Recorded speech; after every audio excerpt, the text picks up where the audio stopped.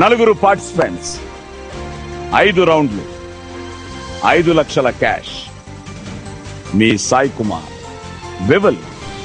Wow, మంచి కిక్కిచ్చే game show. ETV ప్రేక్షకులకి స్వాగతం, సుస్వాగతం.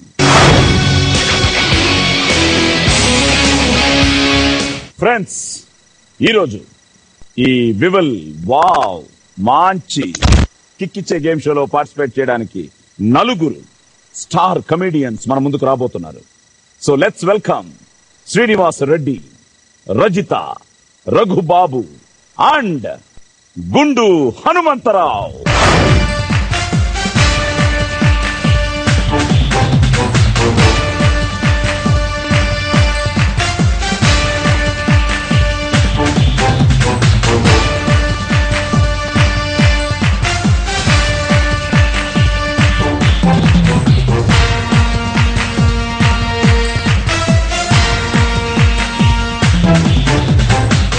So I'm so happy.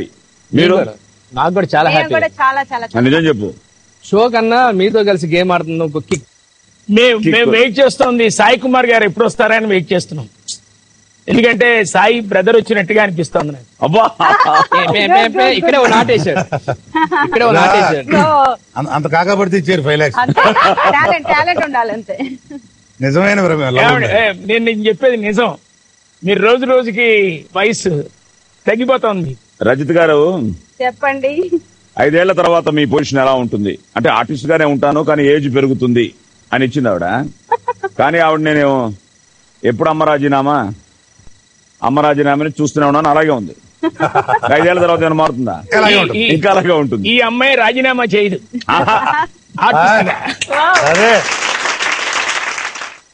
మా గుండు గారు మొత్తం పంచెస్ మీద పంచెస్. ఇలా మామూలుగా ఉండదు ఒక్కొక్కరికి. అంతేనా? గుండు వచ్చిపోయింది ఒక్కొక్కరికి. సుసీను, అసలు చూస్తున్నావా మా గేమ్ షో? నేను బాగా చూస్తా ఉంటాను. ఈ మధ్య మాకు అరకులో ఓ షూటింగ్ అవుట్డోర్ పడింది 1 నెల రోజులు. మాకు అరకులో ఓన్లీ టీవీ ఈవినింగ్ తరం. సాంస్కృతిక కార్యక్రమాలు కూడా ఏమి లేవు నాకు ఈవినింగ్ టైం. ఉన్నా చెప్పలేదు. అబ్బా, వావ్ ప్రోగ్రామ్ ఒకటి చూస్తా, బాగా ఎంజాయ్ చేశాను, సరదా చూసాను. ఎప్పుడు పార్టిసిపేట్ చేస్తాను అనుకున్నాను కానీ ఇంత త్వరగా చేస్తాను అనుకోలేదు. సో రఘు, నాన్నగారు సినిమా ఇండస్ట్రీలో ఉండడం అది పక్కన పెడితే, అసలు నువ్వు ఎప్పుడైనా అనుకున్నావు ఆర్టిస్ట్ అవుతాను అని? నెవర్. నిజంగానా? అస్సలు. నేను మంచి ప్రొడ్యూసర్ కావాలనుకున్నాను. చేసావుగా సినిమాలు? కన్నడలో చేసిన. తీసావు సినిమాలు? నాన్నగారి సినిమాలు కోఆర్డినేట్ చేసి. సో గుండూజీ, చూస్తున్నారా ఈ ప్రోగ్రామ్? చూస్తున్నా. నచ్చిందా? బాగా. నిజం చెప్పండి, ఎందుకంటే నేను ఫస్ట్ టైం యాంకరింగ్ చేయడం. నేను నిజంగా చెప్పాలంటే ప్రోగ్రామ్ కంటే కూడా ప్రోగ్రామ్ కంపేర్ చేసే విధానం బాగుంది, లైవ్లీగా ఉంది. కానీ రఘు, ఒక స్టేట్మెంట్ నీకు చెప్పాలి. నేను చాలా ఫీల్ అయ్యాను, మరి నువ్వు ఎంత ఫీల్ అవుతావు ఇప్పుడు నీ ఎక్స్ప్రెషన్ లో నాకు తెలియాలి. శ్రీనివాస్ రెడ్డి చాలా డ్యామేజింగ్ స్టేట్మెంట్ ఒకటి ఇచ్చాడు. ఇతను అంటాడు, the great Srinivas Reddy, the would be Nandi award winner, Raghubabu garu పక్కన ఈ ప్రోగ్రాం చేయటం నేను చాలా బాధపడ్డ సందర్భం అంటున్నాడు. ఇవన్నీ రివీల్ చేస్తారో తెలియదండి నాకు. రివీల్ చేయకపోతే ఏం చెప్పారు? ఇంకే రాశాడు చెప్పండి, మొత్తం నా గురించి రాసి. ఇప్పుడు ఏంటిది నాకు తెలియాలి. ఇప్పుడు అంటే నువ్వు ఎక్కువ గెలుస్తావనా లేకపోతే కాంపిటీషన్ అనా? మనందరం ఒక ఏజ్ గ్రూప్ అన్నారు సార్. మేమంతా కాంబినేషనే గానీ కాంపిటీషన్ అనుకోవట్లేదు. హనుమంతరావు గారు ఉంటే కొటేషన్స్ అన్ని. గుండు గుళికలు అంటారు వీటిని. గుండు గారు, అసలు ఈ శుభ సందర్భంలో మీరు ఎప్పుడు పాడుతుంటారు కదా, భలే మంచి రోజు, ఒకసారి అలా అనండి. ఇది నాకు పక్కన సంగీతం ఉంటే నా పాట చెల్లుబాటు అయిపోతుంది. అంటే వాయించే వాళ్ళు పాడేస్తుంటారు. అలా కాదు, అలా కాకుండా నేను ఒక్కడనే పాడాను అనుకోండి, చెల్లుబాటు అవుతుంది. అంటే సెల్లు పట్టుకుని అందరూ వెళ్ళిపోతుంటారు, ఏదో ఫోన్ వచ్చినట్టుగా. అయినా అనాలి మీరు. ఎందుకంటే సీను రాగానే లోపల ఒక సంగీత విద్వాంసుడు ఉన్నాడు. అబ్బా, సంగీత విద్వాంసుడు ఉన్నాడు.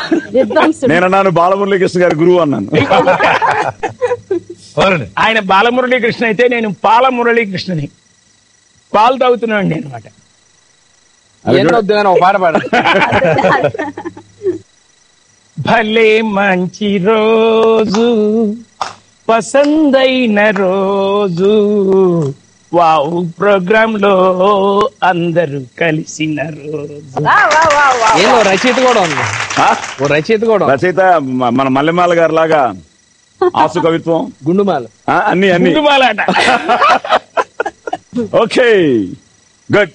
సో భలే మంచి రోజు అన్నారు కాబట్టి ఇది మంచి రోజు అవ్వాలి మీకు, నాకు, మనందరితో పాటు ఈరోజు ఈటీవీ వ్యూవర్స్ అందరికీ మీరు కిక్ ఇవ్వాలి. సో రెడీయా? Ready. స్టార్ట్ చేద్దామా? Right.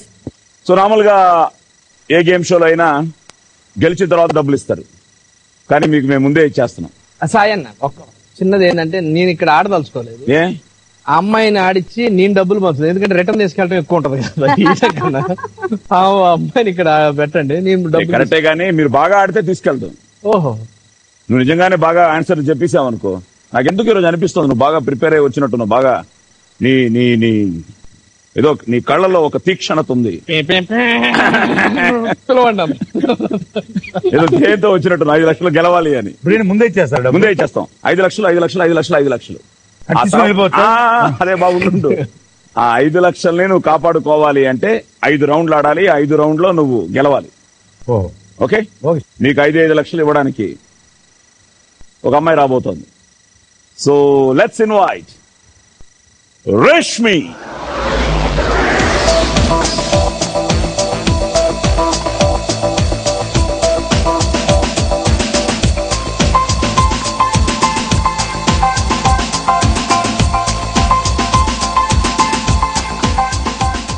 సో 5 లక్షలు.